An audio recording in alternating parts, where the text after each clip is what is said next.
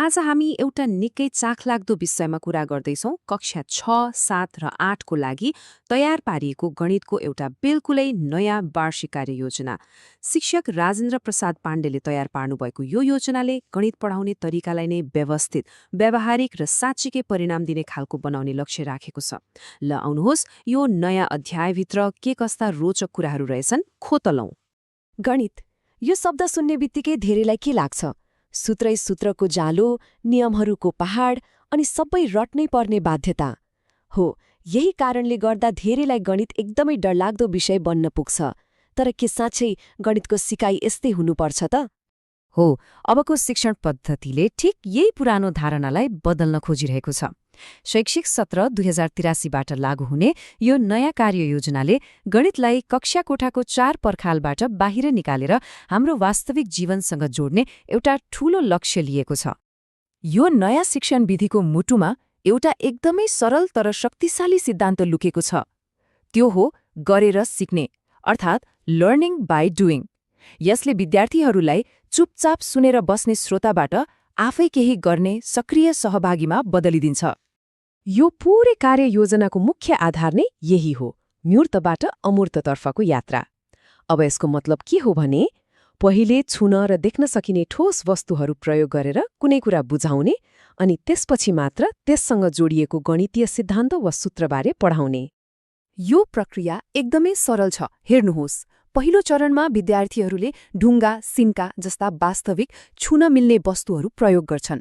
दोस्रो चरणमा तिनै वस्तुहरूको आधारमा चित्र वा मोडल बनाउँछन् र अन्त्यमा तेस्रो चरणमा पुग्दा उनीहरूले त्यसको पछाडिको गणितीय अवधारणालाई निकै सजिलैसँग बुझिसकेका हुन्छन्। त्यसो भए यो विधि कक्षा 6 मा कसरी लागू हुन्छ त?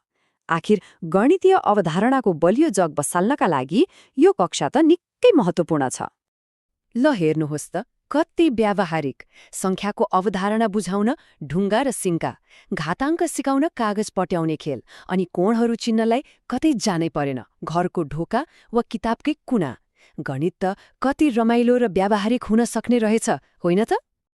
अनि सिकाइ कक्षा कोठामा मात्रै सीमित छैन। उदाहरणका लागि कक्षा 6 का विद्यार्थीहरूले समूह सेट्सको अवधारणा बुझ्नलाई एउटा रमाइलो परियोजना गर्छन्। आफ्नै भान्साका भाँडाकुँडाहरूलाई प्रकार अनुसार वर्गीकरण गर्ने। कति जीवन्त सिकाइ! यो कार्ययोजनाको सबैभन्दा राम्रो पक्ष के हो भने यसले महँगो सामग्री खोज्दैन।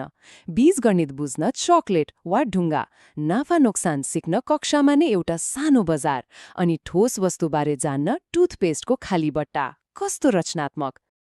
कक्षा 6 मा गणितको जग बसालिसकेपछि कक्षा 7 मा यो सिकाइ कसरी अझ गहिरो र जटिल बन्दै जान्छ, अब त्यसतर्फ लागौं है त। कक्षा 7 मा विद्यार्थीहरूले गेडागुडी प्रयोग गरेर वर्गमूलको क्षेत्रफल निकाल्न सिक्छन् अनि एउटा सानो नमुना तराजुको मद्दतले समीकरणलाई कसरी सन्तुलनमा राख्ने भन्ने कुरा व्यावहारिक रूपमा नै बुझ्छन्। हो, मूर्तबाट अमूर्ततर्फको त्यो यात्रा यहाँ झनै प्रष्ट देखिन्छ। सोच्नुहोस् त, कक्षा 6 मा बीजगणित सिक्न ढुङ्गा प्रयोग हुन्थ्यो भने अब कक्षा 7 मा अलि व्यवस्थित एल्जेब्रा टाइल्स भन्ने कागजका टुक्राहरू प्रयोग गरेर अभिव्यञ्जकहरू जोड्न र घटाउन सिकाइन्छ। कक्षा 7 को अर्को एउटा उत्कृष्ट परियोजना हो टेसेलेसन डिजाइन। यसमा विद्यार्थीहरूले विभिन्न ज्यामितीय आकारहरूलाई खाली ठाउँ नछोडिकन बारम्बार जोडेर विद्यालयको भित्तामा कलात्मक बुट्टाहरू बनाउँछन्। यसले त गणित र कलालाई कति सुन्दर ढङ्गले एकै ठाउँमा ल्यायो। अब हामी यो यात्राको सबैभन्दा महत्त्वपूर्ण चरणमा आइपुगेका छौं, कक्षा 8।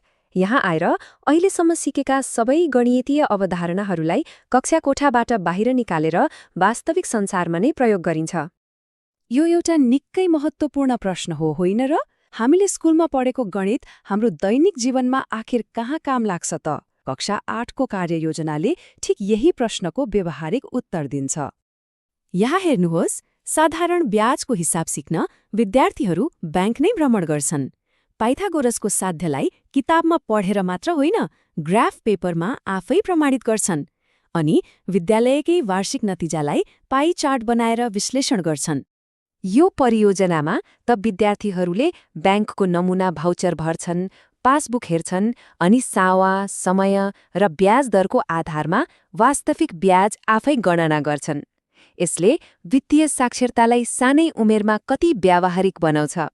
कक्षा 8को अर्को एउटा निकै महत्त्वपूर्ण परियोजना हो आफ्नै समुदाय वा गाउँको नक्सा तयार पार्ने।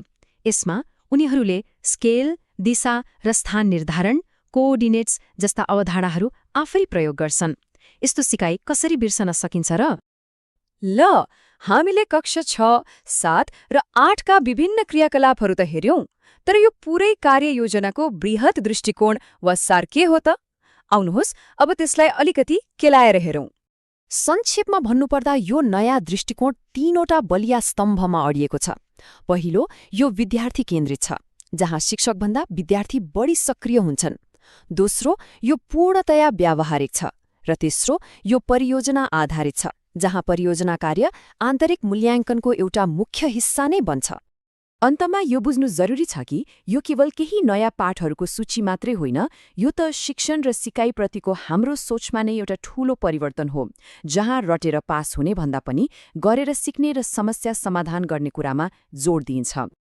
अब एउटा ठूलो प्रश्न उठ्छ, के यो नयाँ र व्यावहारिक विधिले विद्यार्थीहरूको मनबाट गणितप्रतिको त्यो गहिरो डरलाई सदाको लागि हटाउन सक्ला त?